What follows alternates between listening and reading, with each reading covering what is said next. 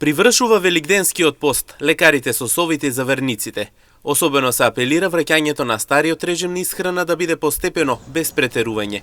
Имајќи во предвид дека великденската трпеза знае да биде преполна со мрсна храна, вклучително со месо, па наглата промена би можело негативно да влијае врз здравието на верниците. Нашиот пост на православните, да не кажеме на некој начин и пожелен секој да го прави, затоа што го елиминираме внесот на производите од растително, од животинско потекло, без месо и млечни производи. Има одредени денови според канонот, црковниот канон, кога може да се јаде риба.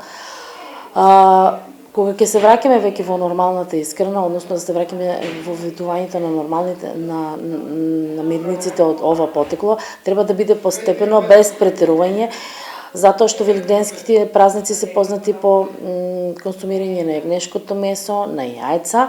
И сето тоа може да влие непожелно и недобро на нашето здравје, затоа што претходно нашиот организам бил навикнат на една друга исхрана и сега сето тоа представува една стрес. Обилно масната храна не е препорачливо да се конзумира, рече доктор Митрова.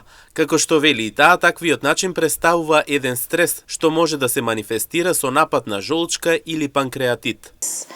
Што може би да се манифестира преку напад на жолчка, панкреатит. Значи, обилно масна храна, што претходно не сме ја внесувале, не е препорачливо да биде, и консумирање на алкохол, што претходно не сме го правиле, затоа што и постот налага такви канони да не се консумира алкохол и нашиот пост.